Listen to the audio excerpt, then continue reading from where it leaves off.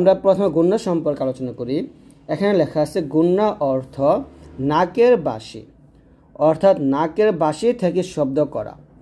কোনো শব্দ উচ্চারণ করার সময় শব্দটির বিশেষ কোনো অংশে বাড়তি এক আলিফ বা 1 সেকেন্ড পরিমাণ সময় মুখ থেকে আওয়াজ বন্ধ করে দিয়ে আওয়াজটি নাকের বাঁশি থেকে এখানে লেখা চন্দ্রবিন্দুর মতো জারি রাখাকে গুণনা বলা হয়। তো এখানে গুণনার সংজ্ঞা দেওয়া আছে, আপনারা একটু বুঝে নিন। যেমন ইন্না, এই যে আমি হামজাকে নুনকে ধরছি, ইন, এই যে জিহ্বার আগা উপরের তালুর সঙ্গে লাগছে আর কি, জিহ্বার আগা তার বরাবর উপরের তালুর সঙ্গে লাগিয়ে আমরা গুণটা আদায় করছি। এই যে একটু হামজাকে নুনকে ধরছি, ইন, এটাই মূলত গুণনা, ইন না এরকম। তো এখানে অনেক কিছু লেখছে যে গুণনা 1 আলিফ মাদের সমান বা 1 সেকেন্ড পরিমাণ দীর্ঘ করতে হয়। অর্থাৎ গুণনা আপনি অবশ্যই 1 আলিফ টানবেন বা 1 সেকেন্ড, আমি বলবো অবশ্যই আপনি 2 সেকেন্ড টানবেন। এখানে 1 সেকেন্ড না দিয়ে বলবেন 2 সেকেন্ড, ঠিক আছে, 2 সেকেন্ড। তো গুণনা আপনারা 2 সেকেন্ড পরিমাণ দীর্ঘ করতে হয়, অর্থাৎ 2 সেকেন্ড পরিমাণ আপনারা টান দিবেন, ঠিক আছে। তো এখানে আরও অনেক কিছু লেখা আছে যে নুন ও মিম নাকের বাঁশি থেকে উচ্চারিত হওয়ায় এই দুটি অক্ষরকে গুণনা অক্ষর বলা হয়। তো যাই হোক, আমরা এখন গুণনাটা ভালো করে শিখি। যে বিষয়টি আরও ভালোভাবে বোঝানোর জন্য আমরা এখানে একটা উদাহরণ নিয়ে আসছি। যেমন ইন্না শানিআকা হুয়াল আবতার, এখানে এই যে ইন, এখানে এটা গুণনা হবে। অর্থাৎ নুনের উপরে অথবা মিমের উপরে যদি তাসদিদ চিহ্নটা থাকে, এই যে তাসদিদ নুনে অথবা মিমে, এই যে এটা হচ্ছে নুন আর এটা হচ্ছে মিম। তো নুনের উপরে তাসদিদ এবং মিমের উপরে যদি তাসদিদ থাকে তাহলে কিন্তু কি করতে হবে, গুণনা আদায় করতে হবে, ঠিক আছে। তো অবশ্যই গুণনা আদায় করতে হবে। যেমন ইন্না শানিআকা হুয়াল আবতার, এরকম ইন্না, এখানে আপনারা গুণনা করবেন ইন্না এরকম ভাবে। ওকে, তো এটা হচ্ছে একটা গুণনা গেল। আর কোন কোন স্থানে গুণনা আদায় করে পড়তে হয় তা হচ্ছে ওয়াজিব গুণনা, ইকফা গুণনা, ইদগামের গুণনা এবং ইকলাবের গুণনা। এখানে আমরা দেখছি। এখন আমরা ওয়াজিব গুণনাটা ভালোভাবে শিখবো। এতক্ষণ আমরা গুণনা সম্পর্কে বুঝছি, এখন আমরা ওয়াজিব গুণনাটা শিখব। যে ওয়াজিব গুণনাটা হচ্ছে যে যদি নুন ও মিম অক্ষরে তাসদিদ থাকে তাহলে সেইখানে গুণনা আদায় করে পড়া ওয়াজিব। অর্থাৎ এই যে নুনের উপরে এবং এই যে মিমের উপরে, নুনে এবং মিমের উপর যদি তাসদিদ থাকে, এরকম নুনের উপরে এবং মিমের উপরে তাসদিদ থাকলে গুণনা আদায় করতে হবে। এই গুণনা আদায় করা হচ্ছে ওয়াজিব। আর গুণনার আমরা কত আলিফ পরিমাণ টান দেব, 1 আলিফ অথবা 2 সেকেন্ড পরিমাণ আমরা টান দিব। কোথায় থেকে, নাকের স্বরে দম ধরে থেকে গুণনা আদায় করতে হবে, এটাকে ওয়াজিব গুণনা বলা হয়। এরকমভাবে কোরআনে যেখানে নুন ও মিম অক্ষরে তাসদিদ পাবেন, নুনে অথবা মিমে তাসদিদ পাইলে গুণনা আদায় করবেন, যাকে ওয়াজিব গুণনা বলা হয়। এখানে দেখুন এই যে একটা গুণনা, এই যে একটা গুণনা, এই যে একটা গুণনা, ঠিক আছে। তো এইগুলো দেখুন, ওয়া খালাকাল জান্না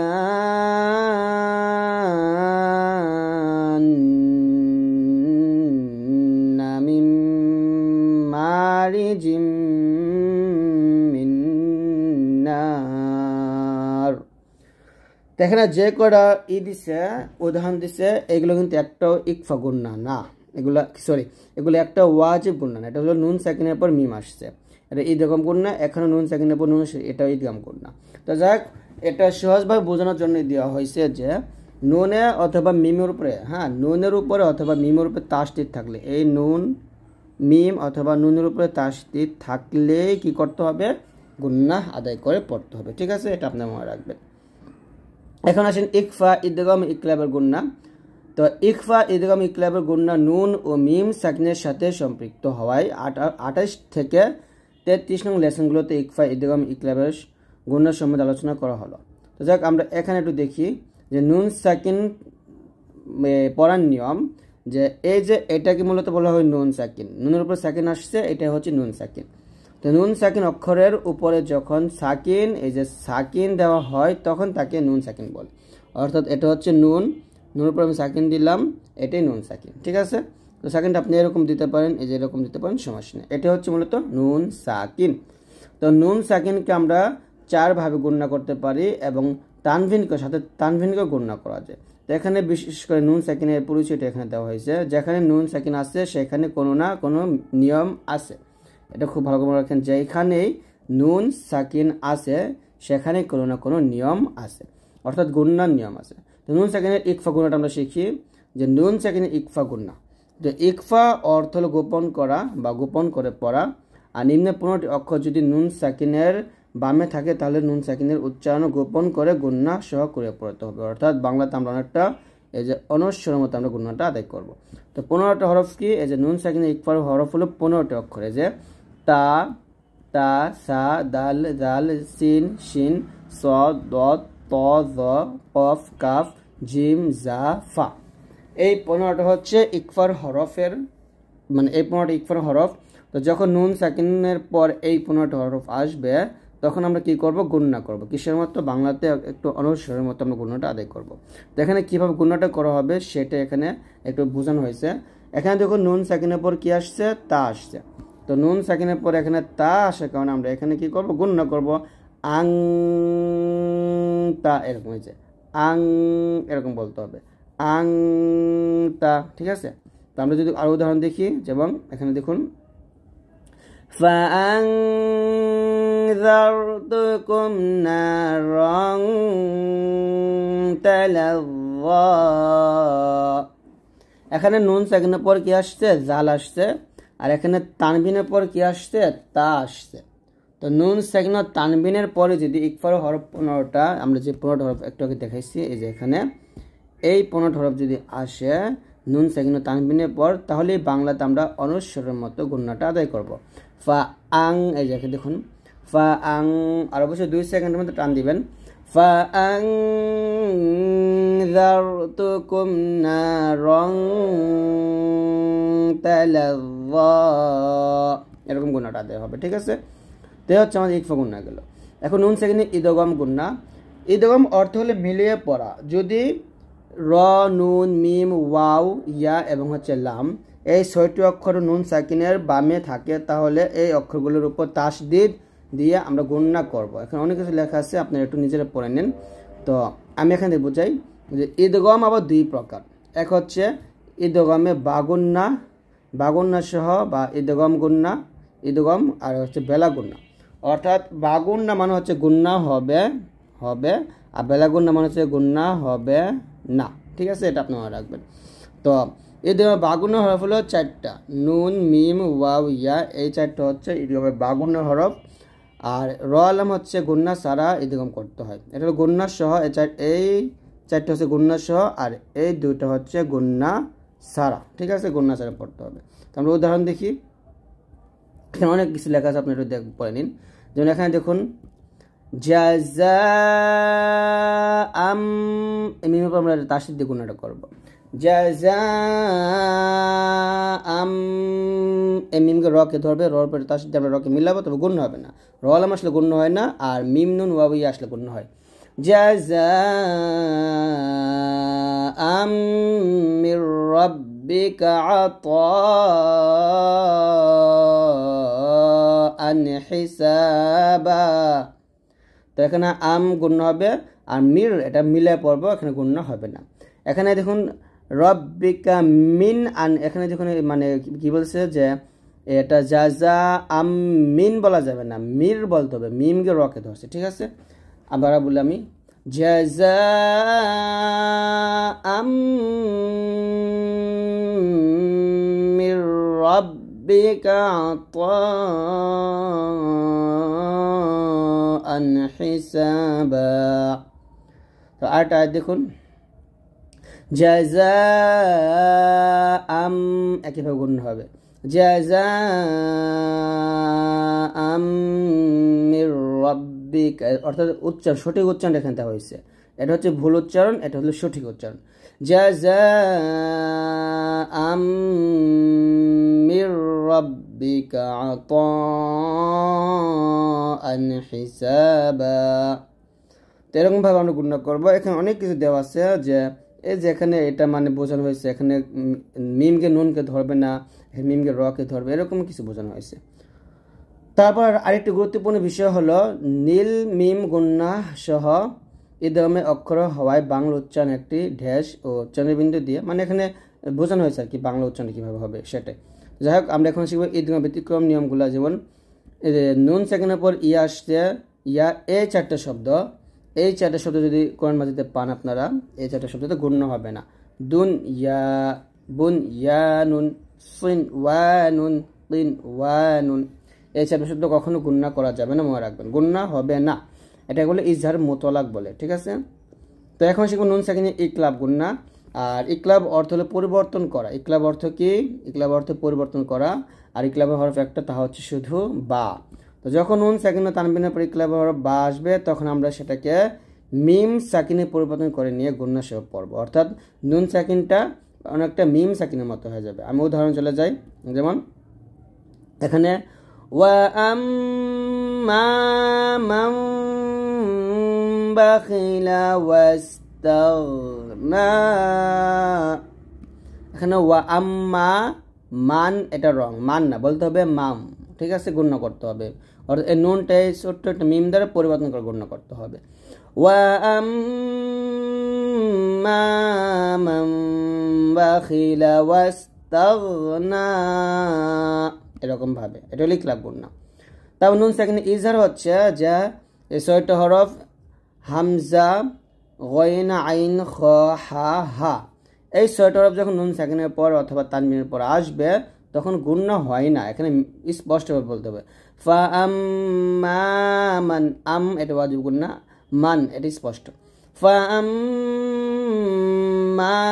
মান আ'তা ওয়াত্তাকা, এখানে আমরা মান স্পষ্ট গুণ্য করব, কারণ এখানে নুন সেকেন্ডের পর কি আসছে? হামজা আসছে, এটা আর কি। তারপর হচ্ছে মিম সাকিন পড়ার নিয়ম।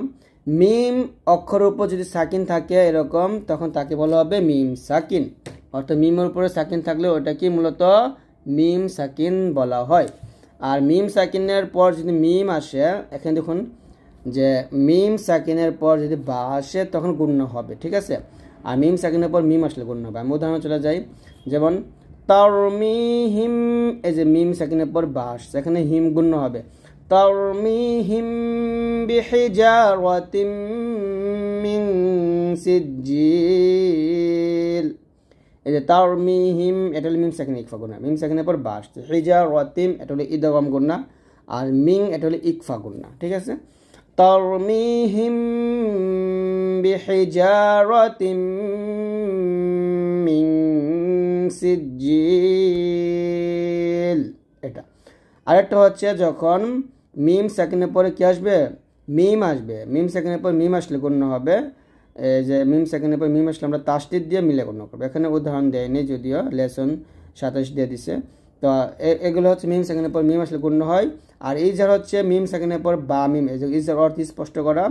উপর আলোচনা মিম সাকিন, মিম ও বা অক্ষর ছাড়া অবশিষ্ট সবগুলো অক্ষর যে কোনোটি যদি মিম সাকিনের বামে থাকে, তাহলে মিমের উচ্চারণ স্পষ্টভাবে স্বাভাবিক মিমের মতোই পড়তে হবে। এটিকে মিম সাকিনের ইজহার বলা হয়। তো সেগুলো আপনারা বুঝতে পারছেন, এখানে উদাহরণটা দেওয়া হয়নি। অর্থাৎ মিম সাকিনের পর বা আসলে গণ্য হবে, মিম সাকিনের পর মিম আসলে মিলে গণ্য হবে তাসদিদ দিয়ে, এই যে তাসদিদ দিয়ে মিলে গণ্য হবে। আর মিম সাকিনের পর বা মিম ছাড়া অন্য হরফ আসলে গণ্য করা যাবে না। আমরা সিফাতে হরুফ অর্থাৎ সিফাতের সম্পর্কে, সিফাত সম্পর্কে বিস্তারিত আলোচনা করব। তো সিফাতগুলো আপনাদের অবশ্যই বুঝতে হবে, সিফাত না বুঝলে কিন্তু আপনার কোরআন মাজিদ পড়া কখনো সুন্দর হবে না, শুদ্ধ হবে না। তো এই জন্য অবশ্যই সিফাত বুঝতে হবে। এখানে লেখা আছে যে সিফাতে হরফ অর্থ অক্ষরগুলোর গুণ বা বৈশিষ্ট্য। গুণ বা বৈশিষ্ট্যকে সিফাত বলা হয়। আরবি বর্ণমালা প্রতিটি অক্ষরেই কিছু না কিছু গুণ বা বৈশিষ্ট্য আছে, যা অক্ষরগুলোকে পরস্পর থেকে স্বতন্ত্র করে, অর্থাৎ আলাদা করে। সিফাতের হরফ দুই প্রকার, এক হলো সিফাতে লাজিমা, দুই হচ্ছে সিফাতে আরিদ। তো এই দুই রকম সিফাত আছে। তো এখানে অনেক কিছু লেখা আছে, আপনারা একটু পড়ে নেন। তো আপনারা একটু পড়ে নেবেন এগুলা। তো এইখানে দেখুন যে লেখা আছে ইস্তিলা, কলকলা, সিদ্ধা এবং হামস। এখানে আমরা 1, 2, 3, 4 ধরনের সিফাত পাই। এর পরিচয় দেওয়া হলো, আমরা এগুলোই শিখবো। ইস্তিলার হরফগুলা শিখবো এবং কলকলার হরফগুলা শিখবো, সিদ্ধা কীভাবে পড়তে এটা শিখবো, এবং হামসের হরফগুলো আমরা খুব সুন্দরভাবে আপনাদেরকে বুঝিয়ে দেবো। তো অবশ্যই ভিডিওটি সম্পূর্ণ দেখতে হবে, একটু টানবেন না ইনশাআল্লাহ। তো প্রথমে আমরা যে বিষয়টি শিখবো সেটা হচ্ছে মোটা ও পাতলার উচ্চারণ। অর্থাৎ কোরআন মাজিদ পড়ার সময় আপনি কোথায় মোটা করবেন, কোথায় পাতলা করবেন, এই বিষয়টা আপনাদেরকে বুঝতে হবে। তো এখানে লেখা আছে, যখন কোনো অক্ষর পেশ, জের অথবা সাকিন সহ উচ্চারণের সময় স্বাভাবিকের তুলনায় অপেক্ষাকৃত ভারী ও ভরাট গলায় এবং ঠোঁট কিছুটা গোল করে পড়া হয় এবং জবরের ক্ষেত্রে বা এখানে লেখা আছে দেখুন, জাবারের ক্ষেত্রে জাবার এর উচ্চারণ মানে জবর আর কি, জবর উচ্চারণ না করা হয় তখন তাকে মোটা উচ্চারণ বলা হয়। যেমন এখানে লেখছে সদ, মানে সদ লেখছে আর কি, যাই হোক সদ হবে হয়তো সদ, যেটা তো সদ অক্ষরটিতে জবর দিলে এর উচ্চারণ সা হয়, মানে মানে এখানে বাংলা বানানটি ভুল লাগছে। যাই হোক আপনি এগুলো পড়ে নেবেন। তো এইগুলা মোটা এবং পাতলা কিভাবে করতে হয় এগুলো এখানে লেখা হয়েছে বিস্তারিত। তো এইগুলো আমি আপনাদেরকে বলে দেবো অবশ্যই। তো এখানে দেখুন সিফাতে হরফ ইস্তিলা অর্থাৎ মোটা হরফগুলা। ইস্তিলা অর্থ হচ্ছে এই যে ইস্তিলা অর্থ মোটা করা বা মোটা করে পড়া। তো বাংলা অনেক কিছু লেখা, আপনি কিভাবে এখানে মোটা করবেন সেই বিষয়টা এখানে বিস্তারিত লেখা আছে, আপনারা একটু পড়ে নেন। তো ইস্তিলার হরফ হচ্ছে এই যে লেখুন এখানে, ইস্তিলার অক্ষর হচ্ছে 7টি, সদ, দদ, ত, জ, কফ, গইন এবং হচ্ছে খ। তো এই 7টা হরফ হচ্ছে মোটা হরফ। তো এই 7টা হরফ যখন আপনি উচ্চারণ করবেন অবশ্যই আপনাকে কি করতে হবে, মোটা করতে হবে, অবশ্যই মোটা করতে হবে, ঠিক আছে। যেমন এখানে দেখুন দ জবর দ, ঠিক আছে, দ জবর দ বলতে হবে, দা বলা যাবে না। সদ জবর স, এটা স লেখছে যদি স হবে না, এটা স হবে, হ্যাঁ। সদ জবর এটা এভাবে হবে স, সদ জবর ক্লিয়ার করে লিখে একটু হবে সদ জবর স, ঠিক আছে, এরকম হবে স, মোটা হবে অবশ্যই। সদ জবর স, আর এটা হবে র জবর র, এটা হবে ত জবর ত, খ জবর খ, গইন জবর গ, কফ জবর ক। তো এরকমভাবে আমাদেরকে এই 7টা অক্ষর মোটা করে পড়তে হবে। আরেকটা অক্ষর আছে সেটা হচ্ছে র, র জবর কিন্তু কি হয়, র হয়, রা বলা যাবে না। তবে র কে এখানে মোটা বলা হয়নি, এর কারণ হচ্ছে র অক্ষরটা মোটা হরফ না, তবে র অক্ষরের উপর জবর থাকলে র অক্ষর মোটা করে পড়তে হয়। তো এটা আপনাদের বুঝতে হবে। তো র জবর র হবে, রা বলা যাবে না। তো এই 8টা অক্ষরে আমরা কিন্তু জবর দিয়ে উচ্চারণ করার সময় বাংলাতে একটা আকারের মতো ব্যবহার করে ফেলি। যেমন কফ জবর কা বলি, গইন জবর গা বলি, খ জবর খা বলি, র জবর রা বলি। তো এই ভুলগুলা করা যাবে না ইনশাআল্লাহ। তো বুঝতে পারছেন, এই হলো 7টা অক্ষর মোটা অক্ষর, এবং আরেকটা অক্ষর আমি বলছি র জবর র, সেটাও মোটা করে পড়তে হবে। উচ্চারণ মোটা হচ্ছে কিনা বোঝার জন্য উচ্চারণের সময় তো খেয়াল রাখুন উচ্চারণ শেষে ঠোঁট কিছুটা গোল অবস্থায় যাচ্ছে কিনা। তো এগুলো আপনি একটু বুঝে নেবেন, এখানে পড়ে নেবেন।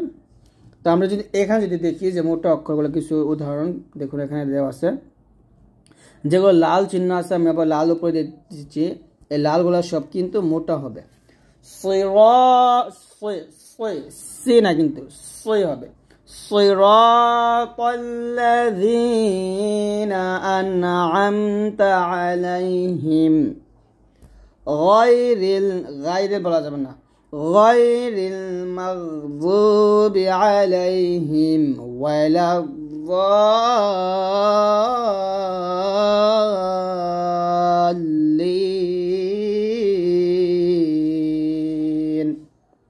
দেখেন দেখুন উপরে এটা হলো ভুল উচ্চারণ, এটা উপরেরটা এটা হচ্ছে ভুল উচ্চারণ, আর নিচেরটা হলো সঠিক উচ্চারণ। এখানে সিরাতাল্লাযী, তাল বলা যাবে না, তাল্লাযী বলা যাবে না, বলতে হবে তল্লাযী, ঠিক আছে, মোটা হবে যে মোটা। তারপরে গায়রিল বলা যাবে না, বলতে হবে গায়রিল, এই যে গায়রিল বলা যাবে না, বলতে হবে গায়রিল, আর এটা বলতে হবে মাগ। তো এখানে গায়রিল মাগ বলতে হবে, আর এখানে গায়রিল বলা যাবে না, বলতে হবে গায়রিল, যেটা হলো মোটা গায়রিল, ঠিক আছে। গায়রিল মাগযুবি আলাইহিম ওয়ালাদ, দ বলতে হবে, দা এটা ভুল, এটা ভুল, এই যে দ এটা কারেক্ট, ওয়ালাদ-দাল্লিন। তো এরকম ভাবে আপনারা মোটা অক্ষরগুলো উচ্চারণ করবেন। এখানে আছে র এর মোটা হওয়ার শর্ত। তো র কোথায় কোথায় মোটা হবে এই প্রত্যেকটা বিষয় এখানে দেওয়া আছে, যে র এর 4টি অবস্থায় আছে যেখানে মোটা করে পড়তে হবে। তো আমি আপনাদেরকে উদাহরণ নিয়ে যাব। র পাতলা উচ্চারণ পড়তে হয় যদি র এর জের থাকে এবং যদি র সেকেন্ডের পূর্বের অক্ষরে জের থাকে, অর্থাৎ যে রর উপরে এরকম র নিচে জের থাকে, অথবা র সেকেন্ডের ডাইনে যদি জের থাকে তাহলে সেই রটা পাতলা করে পড়তে হয়। ঠিক আছে, তো আমরা উদাহরণ চলে যাই তাহলে বুঝতে পারবো। এই যে লালগুলা হবে মোটা, এই যে এটা মোটা, আর এই যে এগুলো হচ্ছে পাতলা। وقال نوح رب لا تذر على الأرض من الكافرين ديارا। অর্থাৎ এই প্রত্যেকটা লালের যে চিহ্নগুলো মোটা আর এই চিহ্নটা হলো এটা হলো পাতলা। অর্থাৎ র নিচে যে থাকলে পাতলা হয় এবং জবর থাকলে র সেকেন্ড জবর থাকলে রটা মোটা করে পড়তে হয়। এটা আপনারা জানেন, এই নিয়ে আমি অনেক ভিডিও করছি। তো তারপরে হচ্ছে লাম এর মোটা হওয়ার শর্ত। তো লাম ও ঠিক একইভাবে যখন লফজাল্লা লাম, এই যেটাকে বলে আল্লাহ শব্দের লাম, লাম এটা নিচে জের থাকবে, অর্থাৎ আল্লাহ শব্দের লাম এটা জের থাকলে পাতলা হবে এবং জবর এবং পেশ থাকলে কি হবে, মোটা হবে। যেমন এটা হবে আলহামদুলিল্লাহ পাতলা, আর এটা হবে আস্তাগফিরুল্লাহ, সুবহানাল্লাহি, এগুলো মোটা হবে। পেশ এবং জবর থাকলে মোটা আর জের থাকলে পাতলা। তো আমরা যে উদাহরণ চাই এখন দেখুন, ওয়ায়ুআল্লিমুকুমুল্লাহ, ল মোটা হবে, ওয়াল্লাহু বিকুল্লি শাইইন আলিম, ওয়াল্লাহ মোটা হবে। ঠিক আছে, তারপরে সিফাতুল হরফ কলকলা, আমরা এখানে এটা শিখব যে কলকলা অর্থ হচ্ছে প্রতিধ্বনি সৃষ্টি করা বা প্রতিধ্বনি, অর্থাৎ একটা পাল্টা আওয়াজ করে কলকলাটা করতে হয়। আর কলকলার হরফ হচ্ছে 5টা, এই যে জিম, ত, কফ, দাল, বা, ত, কফ, দাল, জিম। ঠিক আছে, কফ, ত, বা, জিম, দাল এরকম বলতে পারেন। তো এই 5টা হরফের উপরে যখন এরকম সাকিন চিহ্ন আসবে, 5টা হরফের উপরে এই যে সাকিন চিহ্ন এটাকে বলে, এরকম আসতে পারে। তো যখন আসবে তখন কি করতে হবে, কলকলা করতে হবে। কিভাবে কলকলা করবো এখানে এখানে বিস্তারিত দেওয়া আছে, আমি এত পড়বো না, আমি আপনাদেরকে উদাহরণটা দেখাই। যেমন এখানে লাল যে কলকলাটা আছে এবং এই যে এরকম একটা কলকলা আছে, তো এই যে এগুলো প্রত্যেকটা কিন্তু কলকলা। যেমন ওয়ামা আদরাকা মাত তারিক, কামাত তারিক, রিক, আন্নাজমুস সাকিব, নাজে নুন জিম যাব নাজে, মুসাকিবু আছে থামলে হবে কিবে। অর্থাৎ কলকলা হচ্ছে যে কলকলা হরফ 5টা হরফ উপর যখন সাকিন থাকবে তখন তো অবশ্যই কলকলা করতে হবে, এবং ওয়াকফের অবস্থায় যে গোল চিহ্ন এটাকে ওয়াকফ বলে, এরকম ওয়াকফের অবস্থায় যদি কলকলা হরফ আসে আর সেখানে থামলে সেই জায়গাতে কিন্তু কলকলা করতে হবে। وما أدراك ما الطارق، وما أدراك ما الطارق، النجم الثاقب, এরকম কলকলা করতে হবে। ঠিক আছে, এখন আছে না সিফাতে হরফ সিদ্ধা। তো এখানে দেখুন সিদ্ধা অর্থ শক্ত, অর্থাৎ শক্ত করে পড়া বা মজবুত করে পড়া। সিদ্ধার অক্ষর হলো 8টা, তা হচ্ছে বা, ত, কফ, দাল, জিম, তা এবং হচ্ছে কাফ। তো এই 8টি অক্ষর সবসময় শক্ত বা মজবুত ভাবে উচ্চারণ করতে হবে। ঠিক আছে, এখানে 5টি অক্ষরকে নীল চিহ্নিত করা হয়েছে কারণ সেগুলো পূর্ববর্তী লেসন আমরা শিখছি, যে কারণে এখানে এগুলা করা আছে, কিন্তু কাফ এবং তা শিখি নাই, তো এগুলো আমরা শিখবো। তো এখানে লেখা আছে লাল চিহ্ন অক্ষর দুটি তা ও কাফ এর মধ্যে আরেকটি সিফাত হামস থাকে, যা না জানলে অক্ষর দুটি পূর্ণ সিফাত আদায় হবে না, অর্থাৎ কাফ এবং তা দুটো হামস হবে। তো আমরা উদাহরণ চলে যাই। যেমন এখানে দেখুন ইন্নাল্লাহা লা ইয়াখফা আলাইহি শাইউন ফিল আরদি ওয়ালা ফিস সামা। এখানে আমরা মাতে 4 টান দেব, 4 টান দিয়ে এই যে হামজাটাকে সাকিন করব। যখন আমরা হামজাটাকে সাকিন করব তখন একটা কি করব, শক্ত করব বা মজবুত করব। ওয়ালা ফিস সামা, এরকম ভাবে মজবুত করব। আর একটা উদাহরণ দেখুন, ফাইনাল জান্নাতা হিয়াল মাওয়া, মাওয়া এরকম ভাবে উচ্চারণ করতে হবে, ঠিক আছে। তবে সিফাতে হরফে হামস, আমরা হামস শিখবো। হামসের হরফ হলো 10টা। আর হামস মানে হামস অর্থ হচ্ছে বাতাস যায় থাকা, অর্থাৎ বাতাস বের হবে হামস অর্থ, অর্থাৎ ফিস ফিস করা। হামস অর্থ হলো ফিস ফিস করা। আর হামসের হরফ 10টা। 10টা কি কি? এই যে এখানে দেখুন নিচে দেওয়া আছে 10টা হরফ, যে ফা, হা, সা, হা, শিন, খ, সদ, সিন, কাফ, তা। ঠিক আছে। তো এখানে এই কাফ এবং তাকে লাল করে দেওয়ার কারণ হচ্ছে যে এখানে বোঝানো হয়েছে ফা, হা, সা, হা, শিন, খ, সদ, সিন, এই 8টি হরফ যখন আপনি উচ্চারণ করবেন এটা অটো বাতাস বের হয়। এখানে বাতাস বের করার দরকার হয় না, আপনার অটোমেটিক্যালি বাতাসটা বের হয়ে যায়। কিন্তু কাফ এবং তার ক্ষেত্রে বাতাস বের হয় না। এই দুটো হরফ আমাদের বাতাস বের করতে হবে যখন এই দুটো হরফের উপরে কি থাকবে? সাকিন থাকবে। আর এই 8টি হরফ সাকিন থাকুক যাই থাকুক সবসময় বাতাস বের হবে। আর কাফ তাতে শুধু সাকিন থাকলে বাতাস বের করে পড়তে হবে। এই জন্য কাফ তাটা লাল করা হয়েছে, ঠিক আছে। তো আমরা যে উদাহরণ যে এখানে বিস্তারিত লেখা আছে কেন লাল করা হয়েছে তা আপনি একটু বুঝে নেবেন। তো আমরা যে উদাহরণ যেমন এখানে দেখুন উরুবান আতরাবা, এই যে আত আত। তো এইভাবে আমরা এখানে কি করবো করবো আত আত। তো যাই হোক উরুবান আতরাবা ওয়ালা তামনুন তাস্তাকসির, এই যে তাস্তাকসির, তাকসির, এরকম বাতাস বের করতে হবে, ঠিক আছে। লেখা আছে কোরআনে 3টি আলিফ হামজা আছে, এর মধ্যে একটি হলো মাদের জবর বামের খালি আলিফ, আর অন্য দুটির একটিকে বলা হয় হামজাতুল ওয়াসল। অর্থাৎ যদি এরকমভাবে জবরের পর খালি আলিফ আসে তাহলে এটা মাদ, মাদের হরফ হলে 1 আলিফ পরিমাণ টেনে পড়ি আমরা, বা আলিফ জবর বা, তারপর হচ্ছে ত আলিফ জবর ত, ঠিক আছে। এরকমভাবে আমরা পড়ি সদ আলিফ জবর স, এটা হলো মাদের আলিফ, তো এটা আমরা 1 আলিফ টেনে পড়ি। আরও দুটি আলিফ আছে, সেটা হচ্ছে একটাকে বলা হয় হামজাতুল ওয়াসল, আরেকটাকে বলা হয় হামজাতুল কতা। অর্থাৎ হামজাতুল ওয়াসল এবং হামজাতুল কতা এই দুইটা হামজা আমরা আজকের ভিডিওতে বিস্তারিত শিখব। তো বাক্যের শুরুতে ভিতরে যে খালি আলিফ দেখা যায় সেটাকে বলা হয় হামজাতুল ওয়াসল। অর্থাৎ আয়াতের শুরুতে যখন আমরা হামজাতুল ওয়াসল মানে একটা খালি আলিফ পাই এরকম, এটাকে হামজাতুল ওয়াসল বলা হয়। হামজাতুল ওয়াসল অর্থাৎ হামজাতুল ওয়াসল অর্থাৎ খালি আলিফ যখন পড়তে হয় ও কখন হয় না এটাকে বোঝানো হয়। তো আমি যদি একটা উদাহরণ দেখি, এখানে দেখুন বাংলা অনেক কিছু লেখা আছে, এখানে বাংলা অনেক কিছু লেখা আছে, আপনারা চাইলে একটু বাংলাগুলো পড়তে পারেন। তো আমি এখানে দেখাই, দেখুন এই যে আলিফটা, এই আলিফটা এখানে কিন্তু খালি, এই আলিফটা এখানে খালি। তো এই আলিফটা আপনি কিভাবে পড়বেন এটা আপনাকে বুঝতে হবে, যে এরকমভাবে আয়াতের শুরুতেই আপনারা এরকম খালি আলিফ পাবেন। তো এই আলিফটার উপরে জবর দিয়ে পড়তে হবে। কেন জবর দিয়ে পড়তে হবে আমি বলে দিই, আমি আগে একটু জবর দেই।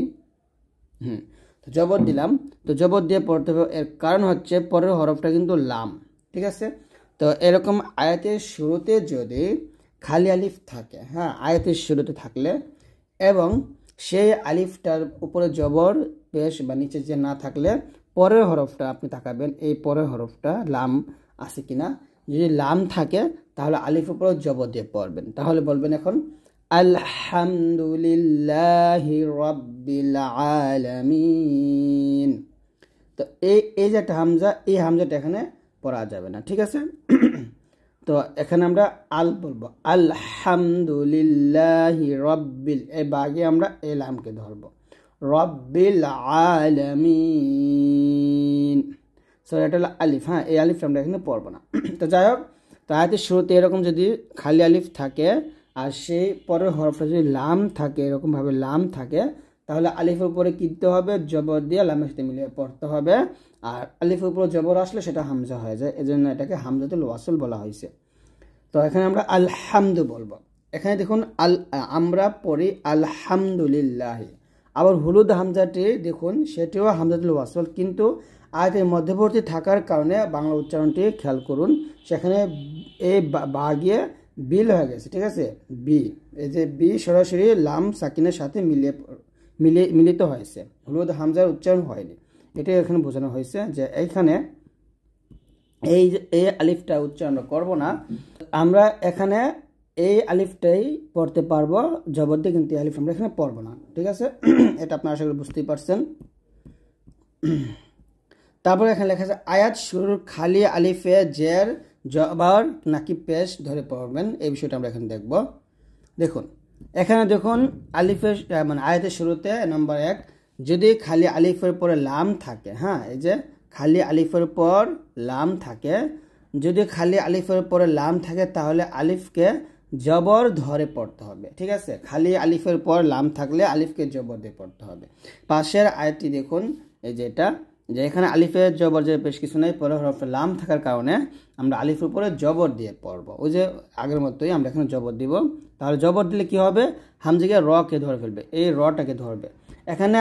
এখানে এই যে লামটা আসার কারণে, হ্যাঁ লামটা আসার কারণে আমরা কিন্তু আলিফের জবর দিছি, কিন্তু আলিফটাকে ধরবে কাকে, র-কে গিয়ে ধরবে। তাহলে বলতে হবে আর রহমানির রহিম, এখানে আর রহ বলতে হবে, হ্যাঁ আর রহমানির রহিম, এরকম ভাবে। 2 নম্বর নিয়মটা হচ্ছে যদি খালি আলিফের পরে লাম ছাড়া অন্য অক্ষর থাকে, অন্যদিকে খালি আলিফের পরে যদি লাম ছাড়া অন্য কোনো অক্ষর থাকে তাহলে তারপরের অর্থাৎ তৃতীয় অক্ষরটিতে আমরা কি হরকত আছে তা দেখতে হবে। তৃতীয় অক্ষর যদি পেশ থাকে তাহলে খালি আলিফে পেশ ধরে পড়তে হবে, কিন্তু তৃতীয় অক্ষর যদি জবর অথবা জের থাকে তাহলে খালি আলিফে জের ধরে পড়তে হবে। এটা আপনি বুঝতে পারছেন, আমি উদাহরণ দেখে বুঝাই তাহলে আপনারা বুঝতে পারবেন। এখানে দেখুন আমি কালার চেঞ্জ করি, এই কালারটা নেই। এখানে দেখুন আলিফ আসছে, আমরা বলছি যে খালি আলিফের পরে যদি লাম থাকে তাহলে সেক্ষেত্রে কিন্তু আলিফের জবর দিয়ে পড়তে হয়। আর এইখানে দেখুন আলিফের পর কিন্তু লাম আসেনি, খালি আলিফের পর আসছে র, তো আপনি এই আলিফটাতে কি দিয়ে পড়বেন, জবর জের নাকি পেশ দিয়ে পড়বেন। তো এখানে লেখা আছে যে তৃতীয় হরফ দেখতে হবে, এই যে দেখুন এখানে লেখা আছে তৃতীয় অক্ষর দেখতে হবে। তৃতীয় অক্ষর যদি পেশ থাকে তাহলে খালি আলিফে পেশ ধরে পড়তে হবে, কিন্তু তৃতীয় অক্ষর যদি জবর অথবা জের থাকে তাহলে খালি আলিফকে জের ধরে পড়তে হবে। তো এইখানে দেখুন খেয়াল করুন যে তৃতীয় হরফটা আমরা দেখব, তৃতীয় হরফে জিম, জিমের নিচে কি আছে, জের আছে। তো যেহেতু জিমের নিচে জের আছে তাহলে আমরা এখানে আলিফের নিচে কি দিয়ে পড়ব, আলিফের নিচে আমরা এখানে জের দিয়ে পড়ব। তাহলে বলবো ইরজিই ইলা রাব্বিকি রাদিয়াতাম মারদিয়াহ, এখানে ইরজিই বলতে হবে, ঠিক আছে, ইরজিই এরকম ভাবে বলতে হবে। তো এখানে যদি জবর থাকতো তাহলে জের দিতাম, আর এখানে যদি পেশ থাকতো তাহলে আমরা এখানে পেশ দিতাম, এটাই হচ্ছে নিয়ম। তৃতীয় হরফে দেখতে হবে, তৃতীয় হরফে জবর জের থাকলে আলিফের নিচে জের হবে, আর তৃতীয় হরফে পেশ থাকলে আলিফের উপরে পেশ থাকবে। বিকল্প উপায় যে উপরে নিয়ম দুটি বিশেষ করে 2 নং নিয়মটি যদি মনে রাখতে সমস্যা হয় তাহলে খালি আলিফের পূর্বের আয়াতের শেষের অক্ষর যে হারকাত আছে দম না সেরে তা খালি আলিফের পরে যে সাকিন অথবা তাসদীদ থাকবে তার সাথে মিলে পরে নিব বা মিলে পরে নেওয়া পড়া যাবে। তো যদি আমরা এটা যদি দেখি, যেমন ইয়া আইয়াতুহান নাফসুল মুতমাইন্নাহ, তো এখানে খেয়াল করুন যে এখানে কি জবর দিবেন না জের দিবেন না পেশ দিবেন, এটা আপনি বুঝতেছেন না, কারণ আপনার তৃতীয় হরফে যে জের হলে আলিফ নিচে জের হবে, আবার তৃতীয় হরফে যদি জবর আসে তাহলে আলিফ নিচে জের হবে, তৃতীয় হরফে যদি পেশ আসে তাহলে আলিফের উপরে কিন্তু পেশ হইতো। তো আপনি এই নিয়মটা যদি না বুঝতে পারেন তাহলে আপনি কি করবেন, মিলাই পড়বেন দুইটা, এই তা গিয়ে এই রর সাথে মিলাবেন, মিললে তার রপেশ তুর হবে, এটা এখানে বোঝানো হয়েছে এরকম ভাবে ইয়া আইয়াতুহান নাফসুল মুতমাইন্না তুরজিই ইলা রাব্বিকি রাদিয়াতাম মারদিয়াহ, এখানে তুরজিই বলতে পারবেন, তাকে রসনে মিলায় আপনারা পড়তে পারেন। আর যদি বলেন আমি এখানে থামবো, থামলে আপনার এই তাটা হাসাকিনি হয়ে যাবে, ইয়া আইয়াতুহান নাফসুল মুতমাইন্নাহ, আর এখানে আলিফ নিচে আমি জের দিয়ে পড়বো, কারণ যেহেতু তৃতীয় হরফে জের আসছে তার মানে আমাকে এখানে আলিফের জে দিতে হবে। ইরজিই ইলা রাব্বিকি রাদিয়াতাম মারদিয়াহ, এরকম ভাবে। তো আসলে এখানে দেখুন বিস্তারিত লেখা আছে যে গলতা আয়াতের শেষে থাকলে অথবা গলতা দম ফেললে গলতাকে গল হা সাকিন পড়তে হয়। অর্থাৎ আয়াতের শেষে যদি গলতা থাকে, গলতা কোনটা, এই যে এটা হচ্ছে হা বা এটা হচ্ছে হা, এই হার উপর দুটো নুক্তা থাকলে এরকমভাবে তখন এটাকে গলতা বলা হয়। তো এই তাটা যখন আয়াতের শেষে থাকবে, এই যে দেখুন এখানে এই যে তাটা আয়াতের শেষে আসছে, তো এই যে এরকম আয়াতের শেষে থাকলে যদি আমরা এখানে থামি তাহলে এই তাটা কি হয়ে যাবে, হা সাকিন পড়তে হবে, হা সাকিন হয়ে যাবে। যেমন এখানে দেখুন র আলিফ জবর র, দ জের দুই, র দুই, ইয়া জবর ইয়া, তা দুই জবর তান, র দুই ইয়া তান শব্দটা উচ্চারণ র দিয়া তান আছে আর কি। যদি আমরা থামি তাহলে বলতে হবে র দুই ইয়াহ, ইয়াহ, ইয়াহ জবর ইয়াহ এখানে। কিন্তু এখানে দম ফেললে লাল গলতায় এর স্থলে গল হায় বা সাকিন ধরে পড়তে হবে। কি এই যে র দুইয়াহ এরকম, অর্থাৎ র দুইয়াহ পড়তে হবে, ঠিক আছে। তো এখানে এটাই বোঝানো হয়েছে। তো আমরা যদি এখানে দুটো উদাহরণ দেখি, এই যে এখানে দেখুন উদাহরণগুলো দেওয়া আছে। আল ক্বারিআতু মাল ক্বারিআতু, এই যে আইন জবর আ তা পেশ তো, এখানে আইন জবর আ তা পেশ তো আছে আতু। তো যদি আমরা এখানে থামি তাহলে এই যে এই তাটা এবং এই তাটা দুইটাই আমরা এখানে হা সাকিন ধরে পড়ব। তাহলে হবে আল ক্বারিআহ মাল ক্বারিআহ, এরকম ভাবে। এই যে বাংলা উচ্চারণ নিচে দেওয়া আছে দেখুন, আল ক্বারিআতু মাল ক্বারিআহ, এরকম আর কি। যদি আপনি এখানে দুটো মিল করে পড়েন আর কি, এই আয়াত দুটো শব্দ মিল করে পড়েন তাহলে এখানে আল ক্বারিআতু মাল ক্বারিআহ এখানে মিল করছি, আর এখানে এসে আমি থামছি।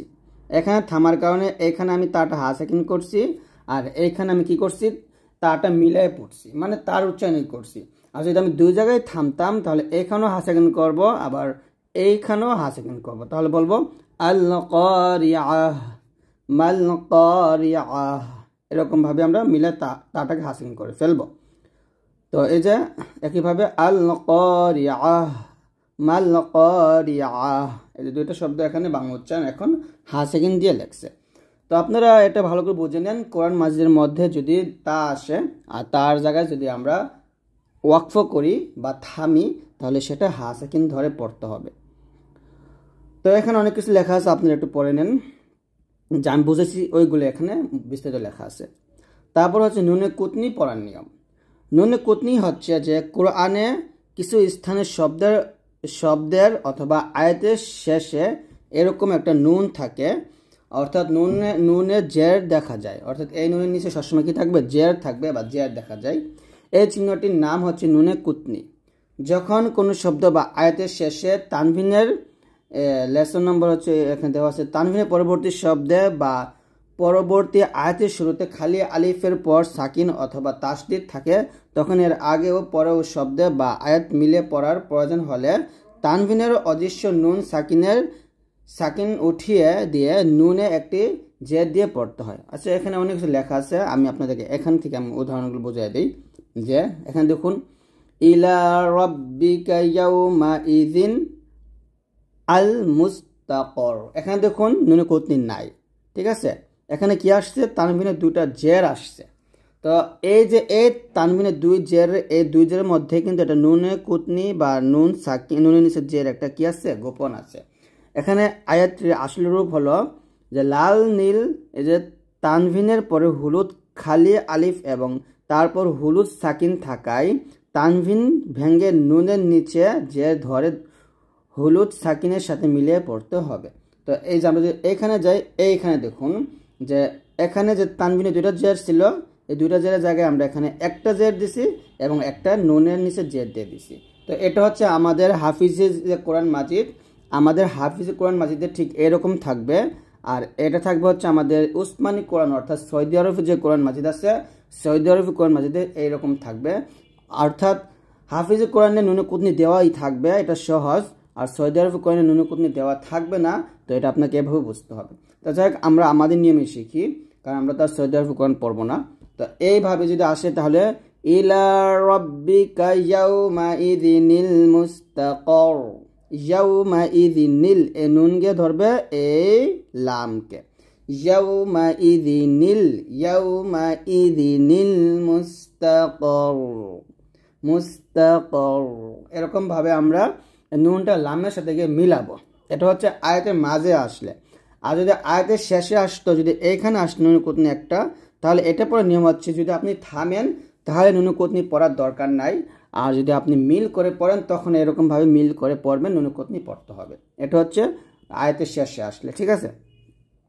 তো এখানে দেখুন, দেখা যায় কোরআনে প্রায় 50টি স্থানে নুন কুতনি আছে, তবে আয়াতের শেষে নুন কুতনির স্থান দম ছেড়ে দিয়ে পরবর্তী আয়াতে গেলে নুন কুতনি আর পড়ার প্রয়োজন নেই, ঠিক আছে।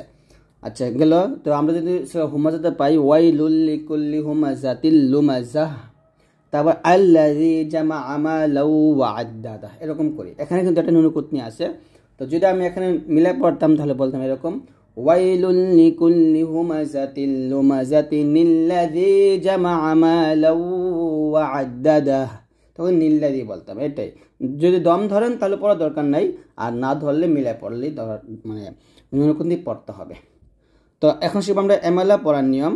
যে এমালা অর্থ ঝুঁকিয়ে দেওয়া, আলিফকে ইয়া এর দিকে ও জবরকে জের এর দিকে ঝুঁকিয়ে পড়াকে এমালা বলা হয়। অর্থাৎ আকার ও ইকারের মধ্যবর্তী একার পড়াকে এমালা বলা হয়। কোরআনে কোনো শব্দে একার উচ্চারণ নেই, শুধুমাত্র নিচে উল্লিখিত সূরা হুদ। এই সূরা হুদে আপনারা এই এক উচ্চারণটা শুধু পাবেন। সূরা হুদ আয়াত নম্বর হচ্ছে 41 নম্বর আয়াতে মাঝে রে হা শব্দের এমালা থাকার কারণে একার উচ্চারণ আছে। তো আমরা এখানে উচ্চারণটা পাই, যে এখানে দেখুন وَقَالَ ارْكَبُوا فِيهَا بِسْمِ اللَّهِ مَجْرَاهَا وَمُرْسَاهَا। দেখেন এমালার চিহ্নটা হচ্ছে এই যে এটা, এই যে লাল যে চিহ্নটা আছে না, এটা হচ্ছে এমালার চিহ্ন, বুঝে দিবেন এই যে এটা। তো এরকম থাকবে, একটাই আছে এখানে মাঝে রি র খাজে রি আছে, তবে এখানে মাঝে রি হা না বলে রে বলতে হবে। وَقَالَ ارْكَبُوا فِيهَا بِسْمِ اللَّهِ مَجْرَاهَا وَمُرْسَاهَا إِنَّ رَبِّي لَغَفُورٌ رَحِيمٌ। তো এইখানে আমরা ভুলটা করব না, এখানে আমরা মাঝে রে হা বলবো, ঠিক আছে, রি না বলে রে বলবো। এটাই এমালা, এটা শুধু এক জায়গায় হবে, কোরআন মাজিদ এক জায়গায় এটা আছে। দেখেন অনেক কিছু লেখা আছে, আপনারা একটু পড়ে নেবেন। ওকে, তারপর সবার শেষ নিয়ম, আমাদের গুরুত্বপূর্ণ নিয়ম হলো তাসদিদ অক্ষর দম ফেলার নিয়ম। যে দম ফেলার স্থানে যদি তাসদিদ অক্ষর থাকে এবং সেখানে যদি আরজি সাকিন হয়, তাহলে লেসন এখানে 14 দেওয়া আছে, তো করার প্রয়োজন হয়, তাহলে আরজি সাকিন করার পরও অক্ষরটি একটু দম ধরে থেকে দুইবার উচ্চারণ, মানে দুবার উচ্চারণের মতো করে তাসদিদ আদায় করতে হয়। উদাহরণস্বরূপ, যে এখানে অনেক কিছু লেখছে, আমি বাংলা পড়তে যাব না, বাংলা পড়তে গেলে পেছ লেগে যায়। তো যাক, আমি আপনাদেরকে ডাইরেক্ট আরবি দিয়ে বোঝাই। এখানে দেখুন ফাবিআইয়ি আলাই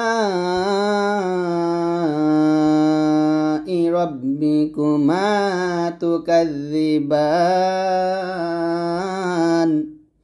এখানে আয়াতের শেষে কিন্তু তাসদিদ আসে নাই, তাই আমি বাতে 3 প্রাণ দিয়ে নুনটাকে আমি সাকিন ধরে পড়ছি, ডাইরেক্ট সাকিন ধরে ফেলছি এরকম ভাবে, ঠিক আছে। এটা হচ্ছে সহজ। কিন্তু এই যে দ্বিতীয় আয়াতে দেখুন এখানে তাসদিদ আসছে, তো এখানে তাসদিদ থাকার কারণে আমাদের কি করতে হবে, এরকম পড়তে হবে লাম ইয়াতামিসহুন্না ইনসুন ক্বাবলাহুম ওয়ালা জান।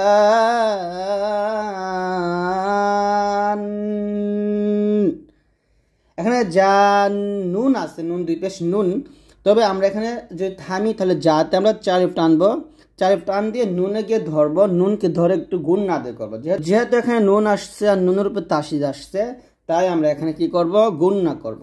লাম ইয়াতামিসহুন্না ইনসুন ক্বাবলাহুম ওয়ালা জান।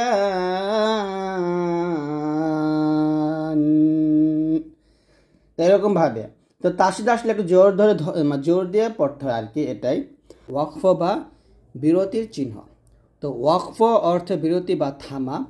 অধিকাংশ ওয়াকফ বা বিরতির চিহ্নই আরবি অক্ষর ব্যবহার করে প্রকাশ করা হয়ে থাকে। অর্থাৎ বিভিন্ন সময় আরবি অক্ষর দিয়ে কিন্তু আপনাকে বোঝাবে আপনি এখানে থামবেন। যেমন ত, কফ, জিম ইত্যাদি এরকম অক্ষর দিয়ে বোঝানো হয়। আয়াতের অর্থবোধ ঠিক রেখে পড়ার জন্য ওয়াকফ চিহ্নগুলো বোঝা ও মেনে চলা জরুরি। কারণ দাড়ি কমাবিহীন কোনো লেখার অর্থ বোঝা খুব কঠিন। যেমন এই লাল বাক্যটি দেখেন, থামবেন না, না থামলে অর্থবোধ পরিবর্তন হয়ে যাবে। তো এই লাল চিহ্নটা দেখুন এখানে লেখা আছে, থামবেন না থামলে অর্থবোধ পরিবর্তন হয়ে যাবে। থামবেন না থামলে অর্থবোধ পরিবর্তন হয়ে যাবে। তো এখানে কি অর্থ করবেন? থামবেন এরপর কমা দিবেন, নাকি থামবেন না এরপর কমা দিবেন? কোথায় আপনি কমা দিবেন? থামবেন না থামলেও অর্থবোধ পরিবর্তন হয়ে যাবে, নাকি থামবেন না থামলেও অর্থবোধ পরিবর্তন হয়ে যাবে? তো দেখুন এই জন্য আপনাকে প্রত্যেকটা বিষয় বুঝতে হবে। তো কোরআন মাজিদের অনেক জায়গাতে আপনারা এরকম চিহ্ন পাবেন, এখানে অনেক কিছু লেখা আছে। যাই হোক, আপনারা এগুলো একটু পড়ে নিন, আমি ডাইরেক্টলি মেন আলোচনা চলে যাব এইখানে। এখানে দেখুন এই যে গোল চিহ্নটা, এটাকে বলা হয় ওয়াকফে তাম। এটাকে ওয়াকফে তাম বলে। ওয়াকফে তাম হচ্ছে এই চিহ্নটা দিয়ে একটা আয়াত শেষ বোঝাবে। এরকম গোল চিহ্ন দিয়ে কি বোঝায়? আয়াত শেষ বোঝায়। আর এই চিহ্নের উপরে এই জিম, ত, আইন, জা এরকম বিভিন্ন ধরনের চিহ্ন, হরফে চিহ্ন আসবে আর কি, আসতে পারে। তো যাই হোক, এরকম গোল চিহ্নকে বলা হয় ওয়াকফে তাম, যাকে একটা আয়াত নং বা আয়াত শেষ হয়ে বোঝায়। তো এখানে লেখা আছে থামা উত্তম। তো আপনার যখন এরকম গোল চিহ্ন পাবেন আয়াতের শেষে এরকম ধরনের একটা আয়াত, তো এরকম গোল চিহ্ন আসছে, এখানে এটা আয়াত শেষ হয়েছে, তো আয়াত শেষ হলে এখানে থামবেন বা থামা উত্তম। এর মধ্যে আয়াত নং লেখা থাকে, এর ভিতরে কিন্তু একটা আয়াত নং লেখা থাকে। যেমন এটা 1 নং আয়াত, এভাবে 1 লেখা থাকলো, ঠিক আছে? অর্থাৎ জায়গাটা একটা আয়াত শেষ বোঝায়। তারপরে জিম, এই জিমটা আপনারা কিভাবে পাবেন? আয়াতের মাঝে, যেমন এরকম একটা আয়াত তারপর একটা জিম দিয়ে দিল, আবার আয়াত চলতে থাকলো, পরে এই যেরকম গোল চিহ্ন দিয়ে দিল। তার মানে বোঝানো গেছে যে আপনি এখান থেকে পড়তে পড়তে এখানে এসে থামতে পারবেন, আবার এখান থেকে আলাদা পরে এখানে এসে থামবেন। এই দুইটা আয়াত মিলে কিন্তু একটা আয়াতই। এই জিমটা দিয়েছে শুধু আপনাকে থামার জন্য, বা আপনি থামতে পারবেন এই জন্য। তো এখানে ও জিমটাকে বলে ওয়াকফে জাইজ, যে দম ফেলা যাবে, পড়তে থাকা যাবে। অর্থাৎ আমি যে এখানে লিখলাম যে এরকমভাবে, এই যে এরকম জিম গেল, আবার আয়াত শুরু হলো, এইভাবে আমি থামার চিহ্ন দিয়ে দিলাম। তো আপনি চাইলে এখানে থামতেও পারবেন, এখানে আবার আলাদা পড়তে পারবেন। আবার যদি আপনি বলেন যে দুটি আয়াত আপনি মিলে পড়বেন জিম বাদ দিয়ে, তাও পড়তে পারবেন, সমস্যা নেই।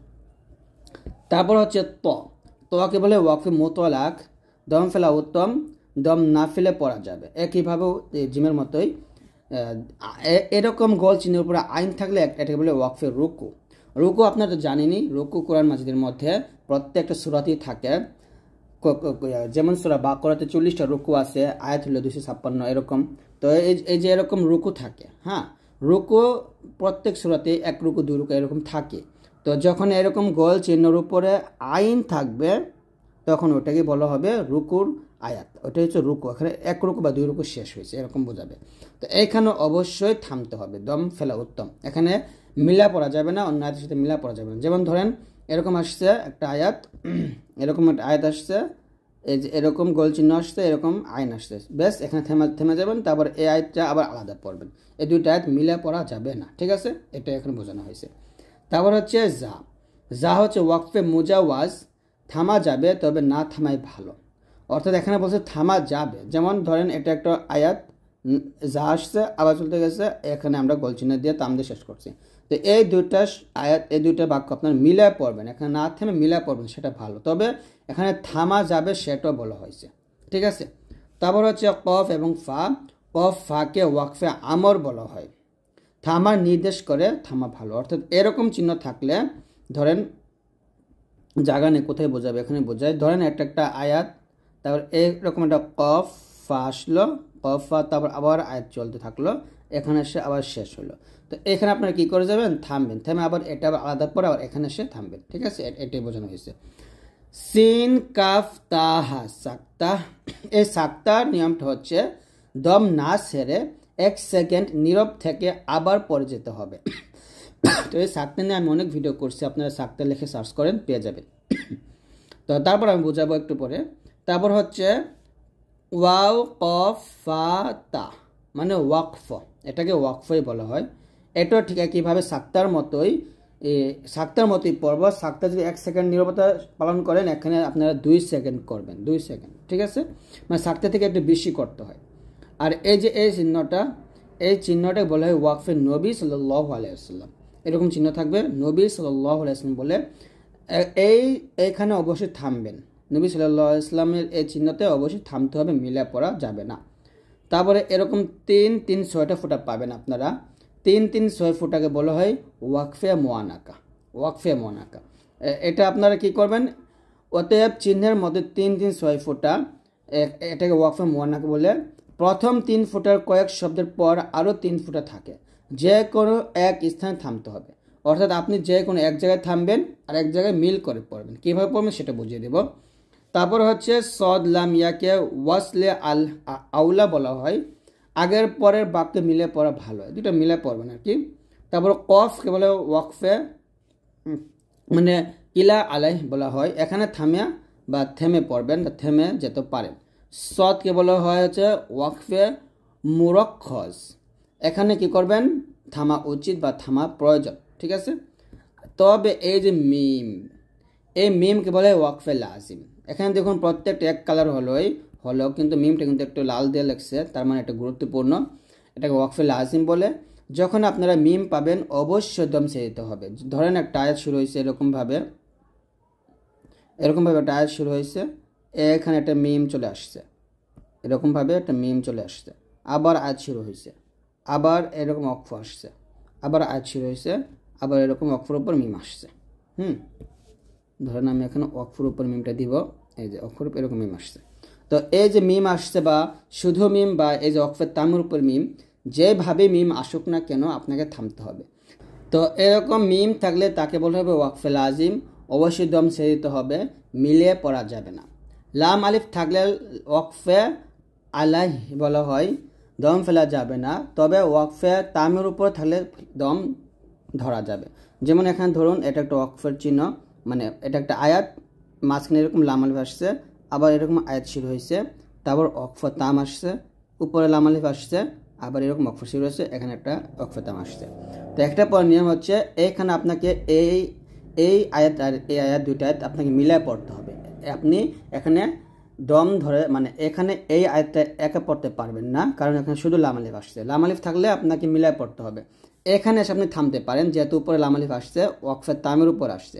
আবার একটা নিয়ম হচ্ছে আপনাকে এটাও, আপনি যদি পারেন এটাও মিলায় পড়েন, আর যদি না পারেন তাহলে এখানে থামা যাবে, সমস্যা নেই।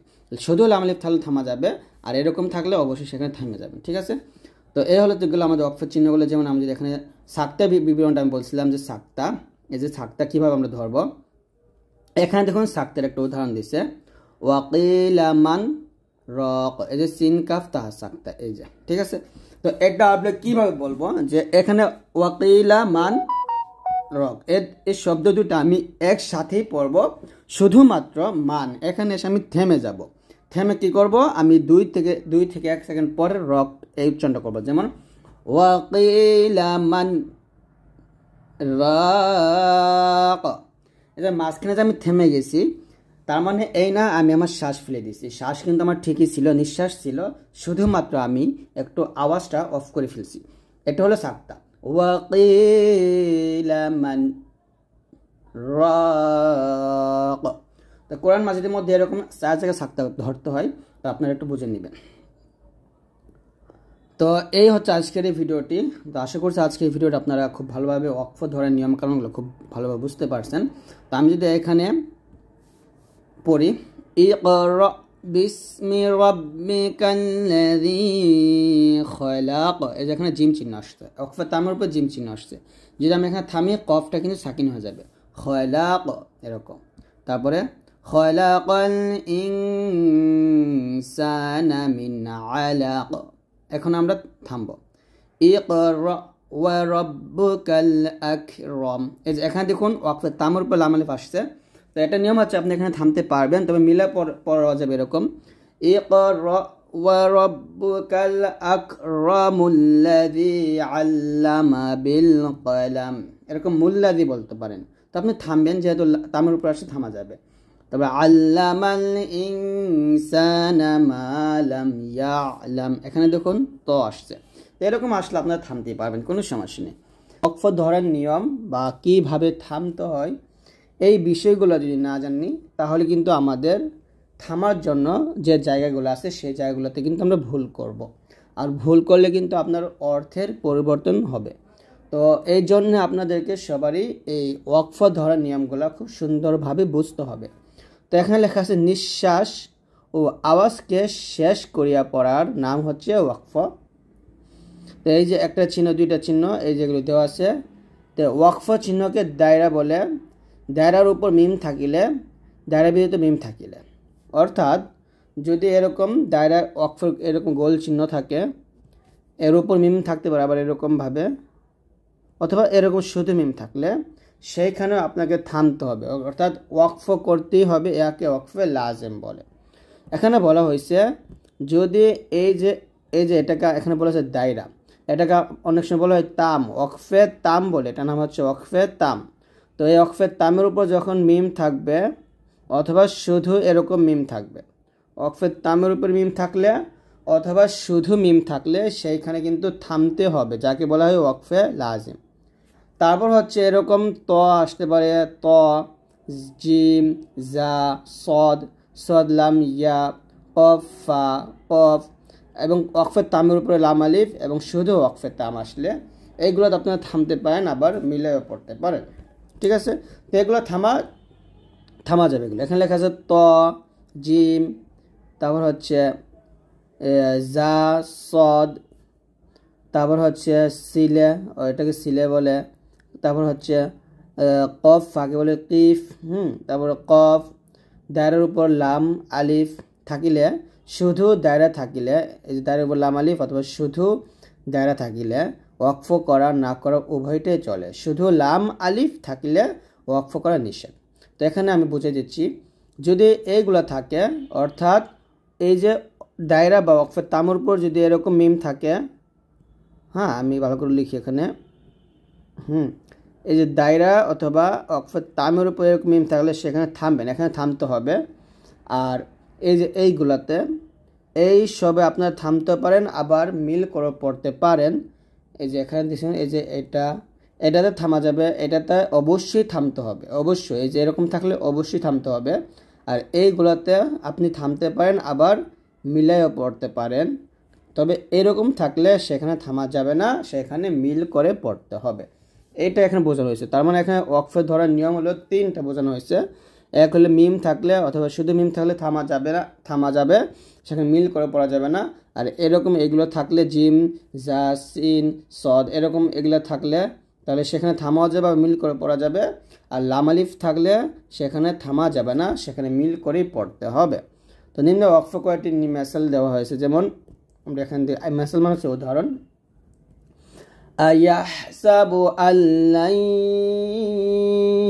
ইয়াকদিরু আলাইহি আহাদ। এখানে হামজা জবর আহা, জবর হা, দাল দুই পেশ, দুন আছে, আহাদুন। তো যেহেতু এই যে গোল চিহ্নের উপর মিম আসছে, তো অবশ্যই এখানে থামতেই হবে, এখানে আমরা মিলে পড়তে পারবো। এখানে থামবো, আবার আয়াহসাবু আল্লান ইয়াকদিরু আলাইহি আহাদ, এরকম মিলে থেমে পড়তে হবে, মিলানো যাবে না। তারপর ওয়াল্লাহু লা ইয়াহদিল কওমাল যালিমিন। এখানে দেখুন এই যে মিম আসছে, তো এরকম শুধু মিম, অর্থাৎ ওয়াকফের তামের উপরে মিম অথবা শুধু মিম আসলে সেখানে অবশ্যই থামতে হবে, মিলিয়ে পড়া যাবে না। তার মানে এখানেও থামবো আমরা, এখানেও থামবো। আয়াহসাবু আল্লান ইয়াকদিরু আলাইহি আহাদ ওয়াল্লাহু লা ইয়াহদিল কওমাল যালিমিন। এখানে থামবো। তারপর আয়াতটা হচ্ছে গায়রিল মাগদুবি আলাইহিম ওয়ালাদ-দাল্লিন। এখানে আমরা থামবো। আয়াতের শেষে যদি এরকম থাকে গোল চিহ্ন থাকে সেখানে থামতে হবে। গায়রিল মাগদুবি গায়রিল মাগদুবি আলাইহিম ওয়ালাদ-দাল্লিন, এখানে থামবো। তারপর হচ্ছে ইয়্যাকা না'বুদু ওয়া ইয়্যাকা নাস্তাঈন। এখানে দেখুন ওয়াকফের উপরে বা ওয়াকফের তামের উপর তো আসছে, তো এখানে থামা যাবে। আবার আপনি চাইলে মিল করে পড়তে পারেন, তবে আমরা থামবো, থামা উত্তম। ইয়্যাকা না'বুদু ওয়া ইয়্যাকা নাস্তাঈন কুল হুয়াল্লাহু আহাদ। এই যে এখানে থামবো, আহাদ থামতে হবে। আবার আপনি চাইলে মিল করে পড়তে পারেন, তবে আমরা থেমে পড়বো। আল্লাহুস সামাদ, এখানে থামবো। লাকাদ খলাকনাল ইনসানা ফি আহসানি তাকওয়িম। তো এখানে আমরা থামবো। তো এরকম এখানে বোঝা যাচ্ছে যে ওয়াকফে তামের উপর জিম আসতে পারে, ওয়াকফে তামের উপর যা আসতে পারে, ওয়াকফে তামের উপর ত আসতে পারে। তো এরকম যা আসুক আমরা সেখানে থামবো, এবং এই যে সদ আসছে থামা যাবে। ওয়াওয়াজাদাকা দাল্লান ফাহাদা, থামতে পারে। তারপরে ইন্না আনজালনাহু ফি লাইলাতিল কদর। এখানে দেখুন ওয়াকফে তামের উপর লাম আলিফ আসছে, তো এখানে আপনি থামতে পারেন, আবার মিলে পড়তে পারেন, সমস্যা না, আপনার যেটা ইচ্ছা। ফি জান্নাত, এখানে থামা যাবে। আম্মা ইয়াতাসাআলুন, তো এরকম থেমে পড়বেন। আনিন নাবাইল আযীম আলিমুন হাকীম। তো যাই হোক, এরকমভাবে যদি আসে ওয়াকফের তামের উপরে যাই আসুক, এই যে এই গোল চিহ্নের উপরে মিম থাকলে অবশ্যই থামতে হবে, শুধু মিম থাকলে অবশ্যই থামতে হবে। আর এটার উপরে এই চিহ্নগুলো আসলেও আপনি থামতে পারেন, আর শুধু লাম আলিফ থাকলে সেখানে থামা যাবে না, ঠিক আছে। তারপরে এখানে আরেকটা নিয়ম আছে, সেটা হচ্ছে যে গলতা পরিবার নিয়ম, যে তা তা এটা তা এটা তা দুটাকে গলতা বলে। তো গল হার উপর দুই নুক্তাওয়ালা হরফই হলো গলতা। যেমন এটা হচ্ছে হা, এটাকে আমরা হা বলি, এরকম হা, অথবা আমরা এরকম বলতে পারি, এই যে এটা। তাহলে এই যে এটা হা, এটাও হা। যখন এই হার উপর দুই নুক্তা থাকবে এরকমভাবে, তখন ওটাকে তা বলা হয়। তো ওয়াকফের অবস্থায় যদি এই তাটা আসে, তখন এটা আবার হা সাকিনি পড়তে হয়। যেমন আল কারিআতু মাল কারিআতু আছে, থামলে এখানে এই তাটা হা হয়ে যাবে। আল কারিআতু মাল কারিআহ, এই যে এরকম হা হয়ে যাবে। ওয়া মা আদরাকা মাল কারিআহ, মাল কারিআহ, এই যে এরকম ভাবে হয়ে গেছে। দেখুন এই যে মাল কারিআহ ফাহুয়া ফি ঈশাতির রাদিয়াহ, রাদিয়াহ। তো যাই হোক, এখানে শব্দটা বোঝানো হয়েছে যে রাদিয়া তিন আছে, থামার কারণে রাদিয়াহ হয়ে গেছে।